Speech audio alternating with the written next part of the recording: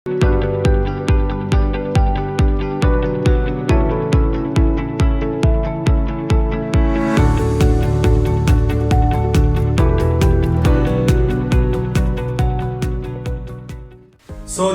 सभी का स्वागत है आपका मेरे YouTube चैनल फिजिक्स इन्फो पर।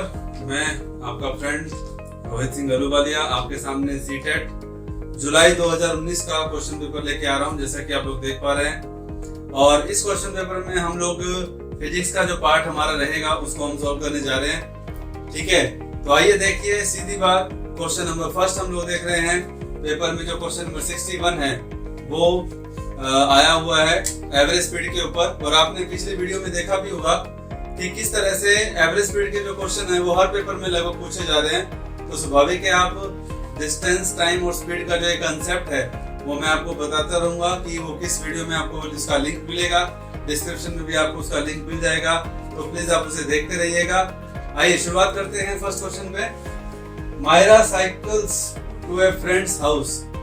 जी हाँ, जैसे कि आप क्वेश्चन में देख पा रहे हैं कि Myra cycles to a friend's house 5 kilometre away to deliver a packet. ठीक है, तो यानी कि एक पैकेट उसे डिलीवर करना है और अपने फ्रेंड के घर पे, जो उसके घर से 5 किलोमीटर के डिस्टेंस पर है।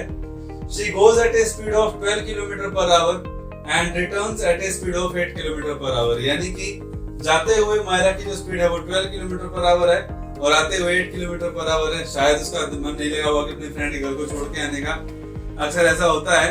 तो 12 किलोमीटर पर आवर जाने की स्पीड है, डिस्टेंस 5 किलोमीटर है। ये मायरा और ये मायरा की फ्रेंड, और यहाँ से यहाँ जो डिस्टेंस है वो लगभग कितना है, 5 किलोमीटर है। जाते वक्त की स्पीड कितनी है, 12 किलोमीटर पर आवर, आप लोग देख पा रहे हैं। और आते वक्त की स्पीड कितनी है, 8 किलोमीटर पर आवर। तो सवाल क्या है, क्वेश्चन क्या आप देख पा रहे हैं कि हर average speed during the whole trip. तो स्वाभाविक है एवरेज स्पीड है total distance upon total time होता है। यहाँ पे मैं आपको एक शॉर्ट ट्रिक बताता हूँ।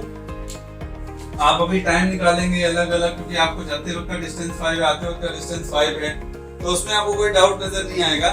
लेकिन ऐसे में जब डिस्टेंस सेम हो तो एवरेज स्पीड का फॉर्मूला होता है 2v1v2 divided by v1 plus v2। यानी कि v1 v2 क्या है, जाते हुए की स्पीड को आपने v1 नाम दे दिया, आते हुए की स्पीड को आपने v2 नाम दे दिया। तो डायरेक्ट फॉर्मूला ये हो जाता है अगर डिस्टेंस वही रहता है तो। ठीक है, तो उसी पाथ से अगर वो आ रहा है तो आप इस तरह से डायरेक्ट इसका यूज कर सकते हैं। तो 2 into 12 into 8 divided by 12 plus 8 that is 20। और आपके सामने है 2 10 20, 2 5 10, और उसके बाद 2 4 8, तो 48/5।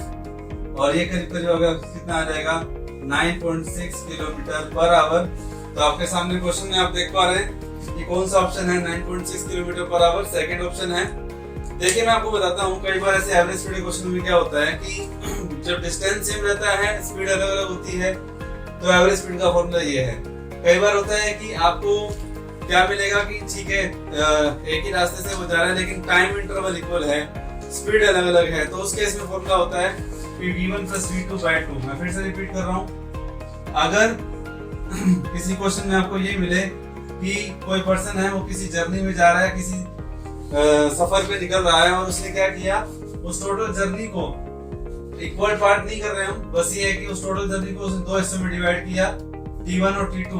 पता नहीं कितना चला होगा वो, लेकिन उसमें इतना जरूर है कि उसने टाइम जो है वो सेम लिया है और उसकी हर टाइम जो है स्पीड लेकिन वो अलग अलग रही है। यानी कि T1 इक्वल टू T2 है लेकिन स्पीड अलग अलग है।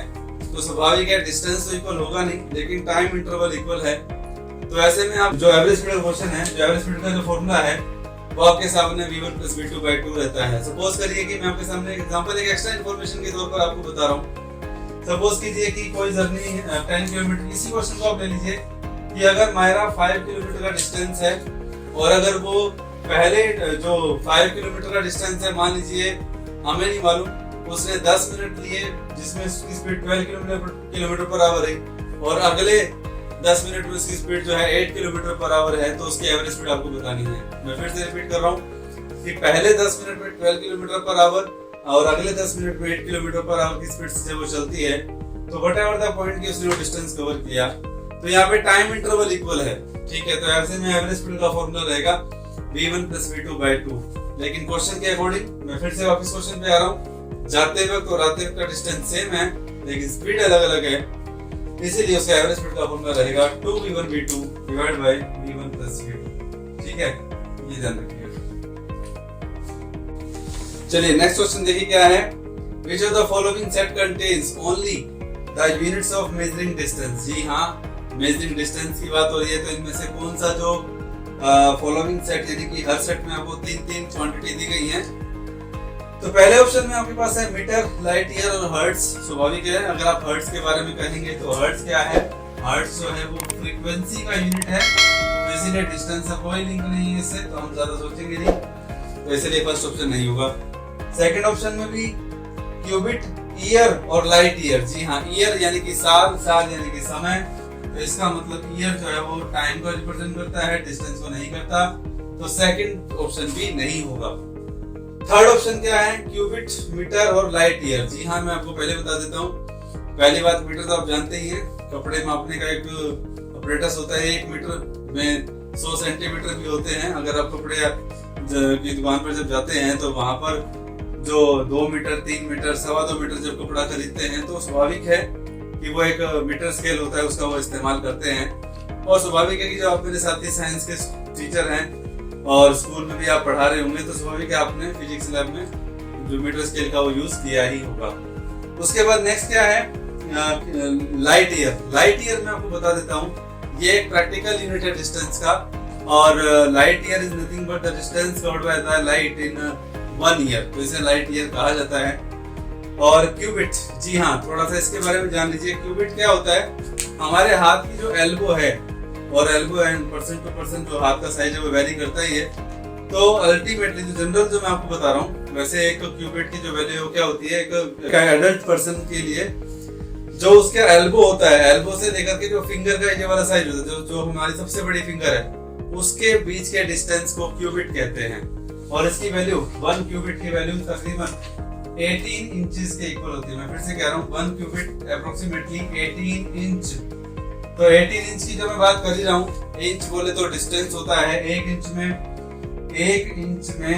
2.58 सेंटीमीटर होते हैं, और ये डिस्टेंस का यूनिट भी है। तो स्वाभाविक है तीनों ऑप्शन आप देख पा रहे हैं, क्यूबिट, मीटर और लाइट ईयर, ये तीनों डिस्टेंस के यूनिट हैं। और फोर्थ है क्यूबिट, मीटर, हर्ट्ज और क्यूबिट। स्वाभाविक है हर्ट्ज आ गया, जो कि आपको स्वाभाविक है बता ही रहा होगा कि हर्ट्ज फ्रीक्वेंसी का यूनिट है, ना कि डिस्टेंस का। तो चारों में से कौन सा ऑप्शन सही है, चारों में से option 3 is right. Okay, so please ध्यान से सुनिएगा, यहाँ पर क्यूबिट आपके लिए नया हो सकता है, और ये आप याद रखिएगा, इसकी डिस्टेंस, इसकी वैल्यू करीब करीब 18 इंच के इक्वल होती है। चलिए अब हम नेक्स्ट क्वेश्चन पे आते हैं। नेक्स्ट क्वेश्चन है, Sameer rolls his marble. Marble आप जानते हैं, ग्लास बॉल, बचपन में खेला भी होगा आपने, मैंने तो खेला है। On 3 different surfaces spread out on floor, यानी कि फर्श के ऊपर 3 अलग अलग तरह के सरफेसेस हैं, और उन अलग अलग सरफेसेस के ऊपर मार्बल रोल जो है वो रोल कर रहा है। तो पहला सरफेस क्या है, देखते हैं, देख पा रहे होंगे, टॉट सेलोफेन शीट। टॉट मतलब tight, cellophane sheet. Cellophane sheet मैं आपको बता देता हूँ कि एक, जैसे हम लोग बुक का कवर, बुक पर जब कवर चढ़ाते हैं, बुक को अपनी कवर करते हैं, तो हम एक ट्रांसपेरेंट एक पॉलिथीन होती है पतली सी, उसका हम यूज करते हैं, उसे सेलोफेन शीट कहते हैं। तो स्वाभाविक है, सपोज कीजिए कि सेलोफेन शीट यानी कि CS है, इसके ऊपर मार्बल है। सेकंड नंबर पे कारपेट है, कारपेट आप सब जानते हैं, गलीचा। और तीसरा जो है अपना क्या नाम है, न्यूज़पेपर। तो न्यूज़पेपर का सरफेस है, ये मान लीजिए न्यूज़पेपर है। तो क्वेश्चन क्या है, आइए पढ़ते हैं आगे। ठीक है, तीनों में मार्बल है, मतलब 3 सरफेस हैं, तो 3 मार्बल गोल वहां पर रखी गई हैं, और उसको रोल किया गया है अलग अलग सरफेस पर। तो the force of friction acting on the marble in the increasing order, यानी कि सिंपल सा सवाल है कि मार्बल के ऊपर फ्रिक्शन जो लग रहा है, बिना फ्रिक्शन के तो वो रोल करेगा ही नहीं, तो सबसे ज्यादा कौन कर रहा है। इंक्रीजिंग ऑर्डर का मतलब होता है सबसे पहले कम, फिर उससे ज्यादा, फिर उससे ज्यादा। तो जैसा कि आप देख पा रहे हैं, मैंने आपको बताया कि ये होता ही एक तरह प्लेन शीट है, तो इस सेलोफेन शीट में सबसे पहले कम होगा। सेकंड नंबर पे कौन आएगा, सेकंड नंबर पे न्यूज़पेपर या कारपेट, स्वाभाविक है न्यूज़पेपर आएगा। और तीसरे नंबर पे कारपेट आएगा, जो कि जिसका रफ सरफेस ज्यादा रफ होता है, एज कम्पेयर टू न्यूज़पेपर। तो अगर आप इंक्रीजिंग ऑर्डर की बात करें तो सबसे पहले नाम आएगा सेलोफेन शीट, फिर न्यूज़पेपर और फिर कारपेट, जो कि आपका ऑप्शन नंबर 3 से बिल्कुल मैच कर रहा है। तो स्वाभाविक है option number 3 is the right answer. Okay, तो आई होप आपको समझ में आ रहा होगा। बहुत सिंपल से कॉन्सेप्ट है, फ्रिक्शन है, आप जानते हैं फ्रिक्शन क्या होता है। ओके, नेक्स्ट क्वेश्चन पर आते हैं। अच्छा क्वेश्चन है और इंफॉर्मेटिव पार्ट भी है। An object is moving linearly. मैं पहले आपको बता दूं सिंपल सी बात कि an object is moving linearly. Linearly का मतलब होता है एक लाइन में जाना, एक स्ट्रेट लाइन में जाना विद अ यूनिफॉर्म वेलोसिटी। जी हाँ, और एक बात मैं आपको बता दूं, यहाँ पे अक्सर कईयों को पता नहीं था, जब भी कोई बॉडी स्ट्रेट लाइन पाथ में होती है उस वक्त उसका जो डिस्टेंस और डिस्प्लेसमेंट है दोनों सेम होता है। Distance is equal to displacement. वो आगे बढ़ रहा है तो उस केस में आप कह सकते हो कि distance equal to displacement. So that's why ये मैं आपको इसलिए बता रहा हूँ क्योंकि इसने जिक्र किया यूनिफॉर्म वेलोसिटी का। किसका जिक्र किया? Uniform velocity. और जब भी बच्चा वेलोसिटी पढ़ता है, जब भी हम लोग वेलोसिटी दिमाग में लेके आते हैं तो हम सोचते हैं कि it is nothing but displacement upon time. So distance दिया हुआ है क्वेश्चन में, कंफ्यूज नहीं होना। Distance is equal to displacement in case of straight line path. Body आगे जा रही है तो उस केस में। So if the time is represented along X axis. अच्छा, यूनिफॉर्म वेलोसिटी क्या होता है? यूनिफॉर्म वेलोसिटी का मतलब कांस्टेंट वेलोसिटी होता है। ध्यान रखिएगा, एक ही वेलोसिटी से चलना, वेलोसिटी का चेंज ना होना और डायरेक्शन भी चेंज होना, यानी कि वैल्यू भी चेंज नहीं हो रही, डायरेक्शन भी चेंज नहीं हो रही। तो डायरेक्शन अपने आप चेंज क्यों होगी? क्योंकि बॉडी स्ट्रेट लाइन पाथ में जा रही है। Okay, so now if the time is represented along X axis then which of the following statement is correct. यानी कि इसका मतलब है ये ग्राफिकल मोशन को रिप्रेजेंट करने की बात कर रहा है। तो यहाँ टाइम हो गया हमारे पास एक्स एक्सिस पे, तो हमें वाई एक्सिस में बताना है कि क्या होगा। तो देखते हैं, फर्स्ट ऑप्शन आपके सामने है। क्या लिखा हुआ है फर्स्ट ऑप्शन में? फर्स्ट ऑप्शन में लिखा हुआ है the distance time graph of the motion will be a straight line parallel to x axis. जी हाँ, एक बात ध्यान से सुन लीजिए, डिस्टेंस टाइम की बात कर रहा है और ये कह रहा है motion will be a straight line parallel to x axis. चलिए मैं आपको पहले बताता हूँ। अगर मान लीजिए कि ये डिस्टेंस होता है यहाँ पे और ये टाइम है, और time according to first option आपके पास ये टाइम एक्सिस के पैरेलल है, तो डेफिनेटली यहाँ पर बॉडी मूव नहीं कर रही, उसकी वेलोसिटी 0 है। आप इसको दो तरीकों से समझ सकते हैं। देखिए ध्यान दीजिएगा इस क्वेश्चन पे। आप इसको दो तरीकों से समझ सकते हैं। क्या? पहली बात, स्टार्टिंग में बॉडी जिस पोजीशन पर थी, अगर मान लीजिए आप टाइम एक्सिस के अलग अलग पॉइंट ले रहे हैं तो वो अलग अलग टाइम पर उसी पोजीशन पर है। इसका मतलब है डिस्टेंस चेंज हुआ ही नहीं। डिस्टेंस जब चेंज ही नहीं हुआ तो इसका मतलब बॉडी रेस्ट पर है, मूव नहीं कर रही है, तो हम वेलोसिटी का सोच भी नहीं सकते। ठीक है, तो फर्स्ट ऑप्शन सही नहीं है। सेकंड ऑप्शन पे आते हैं, the velocity time graph of the motion will be a straight line parallel to Y axis. चलिए देखते हैं, मैं एक अलग से ग्राफ आपके सामने बना देता हूं यहाँ पे। ठीक है, ये है आपके पास टाइम एक्सिस t, x और y के ऊपर आपके पास है वेलोसिटी। तो देखिए क्या कहता है, पैरेलल टू y एक्सिस। जी हाँ, parallel to y axis. How it is possible? सोच के देखिए, क्या ये पॉसिबल है? बिल्कुल नहीं पॉसिबल। क्यों नहीं? आइए देखते हैं। एक ही टाइम पर वेलोसिटी का अलग अलग होना, यानी कि सपोज कीजिए कि यहाँ पे वेलोसिटी सबसे कम है, यहाँ वेलोसिटी सबसे ज्यादा है, यहाँ वेलोसिटी सबसे ज्यादा है, यानी कि एक ही टाइम पर बॉडी की वेलोसिटी भला चेंज कैसे हो सकती है? एक ही टाइम पर वेलोसिटी एक ही होगी और वेलोसिटी जब चेंज होगी तो टाइम तो लगेगा ही ना चेंज होने में। तो इसीलिए पैरेलल टू वाई एक्सिस होना बिल्कुल पॉसिबल है ही नहीं। इस बात का भी आप ध्यान रख सकते हैं। ठीक है, हालांकि दो तरीके हैं हमारे पास। मैंने तो आपको एक सिंपल तरीका बताया है और आपको पता होना भी चाहिए। स्लोप जो शब्द होता है उसको पकड़ के रखिए। Slope is equal to tangent theta, और यहाँ पर tangent theta distance time graph में आपको वेलोसिटी देता अगर कोई एंगल बनाता, पर यहाँ थीटा है ही नहीं क्योंकि ये लाइन इसके पैरेलल है। स्लोप 0 है और टेंजेंट 0 डिग्री 0 ही होता है। इसीलिए डिस्टेंस टाइम ग्राफ का स्लोप जो है वो वेलोसिटी के इक्वल होता है और वेलोसिटी यहाँ 0 है। तो ये भी आपके सामने एक ऑप्शन है क्वेश्चन को समझने का। यहाँ पर अगर आप देखेंगे वेलोसिटी टाइम ग्राफ का जो स्लोप है वो आपको एक्सेलरेशन देगा। क्या देगा? एक्सेलरेशन देगा। पर यहाँ पर अगर आप टेंजेंट की बात करें, ठीक है, आपने कहा सर एंगल 90 बन रहा है, तो tangent 90 is equal to infinity और इंफिनिटी यानी कि एक्सेलरेशन इंफिनिटी, जो कि पॉसिबल है ही नहीं। ओके, थोड़ा ध्यान से सुनिएगा, देखिएगा, समझिएगा। तो पहले दोनों ऑप्शन नहीं है। आइए थर्ड पे बात करते हैं।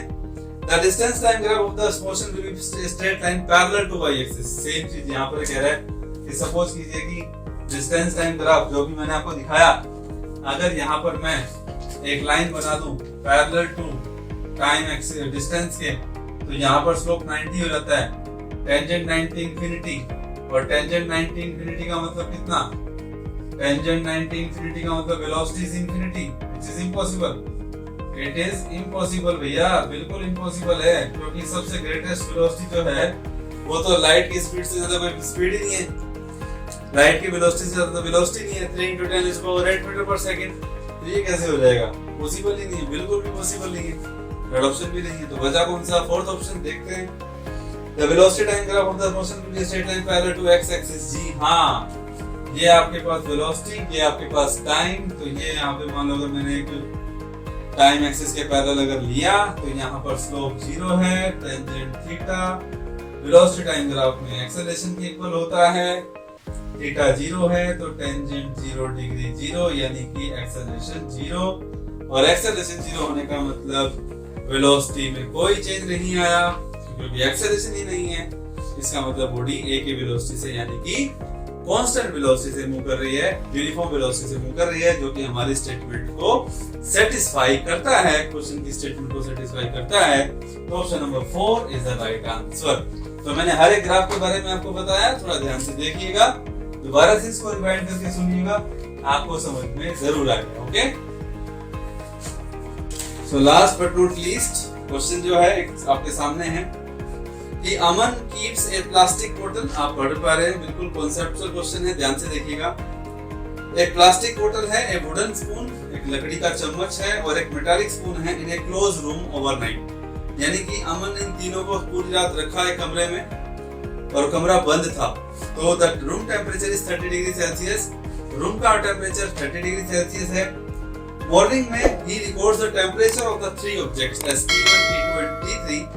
So which of the following most likely represent the relation between them? यानी कि एक तरीके से ये पूछ रहा है कि तीनों का टेम्परेचर का क्या रिलेशन रहा होगा। रिलेशन इन द सेंस क्या तीनों इक्वल रहे होंगे, क्या कोई क्या बोलते हैं T3 यानी कि स्पून का टेम्परेचर जो है मेटालिक स्पून का वो वुडन स्पून से ज्यादा रहा होगा। सेकंड ऑप्शन में कह रहा है।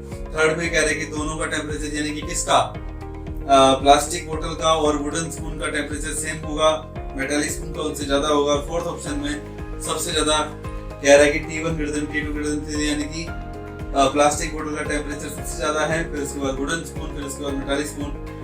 तो हालांकि मैं आपको बता दूं, तीनों ऑप्शन में से, चारों ऑप्शन में से हम कॉन्सेप्ट पे पहले जाएंगे। सबसे पहली बात, प्लास्टिक बोतल और अगर आप बात करें इसकी वुडन स्पून की, सबसे पहली बात ये तो हो गई इंसुलेटर। ठीक है, इंसुलेटर हो गई थी, कोई दिक्कत नहीं है। उस टाइम जो रूम का टेम्परेचर रहा होगा वो रहा होगा, उसमें कोई दिक्कत वाली बात भी नहीं है। और इंसुलेटर वैसे भी हीट को कंडक्ट तो करता ही नहीं है।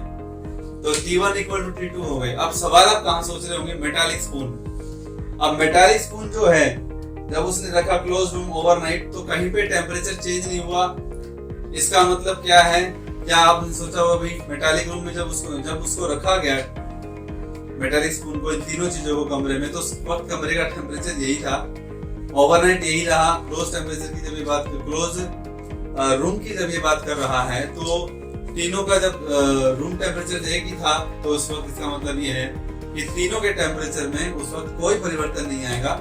पूरी रात उसको अगर हम बंद कमरे में रखते हैं तो डोंट बी कंफ्यूज। कई बार आप सोचते हैं कि नहीं मेटालिक स्पून है, हीट को एब्जॉर्ब कर लेगा, तो कहीं ना कहीं उसका टेम्परेचर बढ़ेगा, बजाय, क्योंकि इनमें तो एक कांसेप्ट लागू हो गया कि इंसुलेटर है। मेरी बात ध्यान से सुनिएगा, रूम टेम्परेचर वो होता है, हालांकि यहाँ रूम टेम्परेचर का मतलब अलग है। यहाँ पर रूम का टेम्परेचर जो भी था उसको बंद कर दिया, पूरी रात उसको देखा, फिर देखा कि कल क्या मेटालिक स्पून हीट को एब्जॉर्ब करेगा। तो ऐसा इसमें नहीं है, क्योंकि पॉइंट मैंने फिर से वही कहा कि हीट जो है, कोई हीट नहीं आ रही, कहीं टेम्परेचर चेंज होने की बात ही नहीं हो रही। और जब रखा गया तब टेम्परेचर इतना था, तो सुबह तक टेम्परेचर वही रहेगा। सो आई होप आपको समझ में आया होगा कि तीनों का टेम्परेचर यही है। T1, T2, T3 इक्वल है, जो कि हमारे ऑप्शन नंबर फर्स्ट के साथ मैच करता है। तो option first is the right answer of this question. So I hope कि आपको मैं फिजिक्स के क्वेश्चन आपको उस ढंग से समझा पा रहा हूँ, आप लोगों को समझ में भी आ रहे होंगे। जुड़े रहिए और स्वाभाविक है, और अपने साथियों को जो सीटेट की, एसटेट की, जो केवीएस की, नवोदय की तैयारी कर रहे हैं, उनको आप बिल्कुल बता सकते हैं एक ऐसा प्लेटफॉर्म आपके लिए आया है जहां पर आप अपने फिजिक्स के डाउट्स को क्लियर कर सकते हैं। मैं आगे आपको जो हमारा जो अंडर ग्रेजुएट यानी कि जो बीएससी के जो टॉपिक्स हैं वो भी मैं बिल्कुल आपके सामने रखता रहूंगा। तो तब तक के लिए बिल्कुल लाइक जरूर करिए चैनल को, शेयर भी कीजिए और सब्सक्राइब भी कीजिए। हो सकता है कि जो पीजीटी फिजिक्स मेरे टीचर हैं, मेरे साथी हैं, उनके लिए वीडियो फायदेमंद हो। सो तब तक के लिए thank you, goodbye and wish you all the best.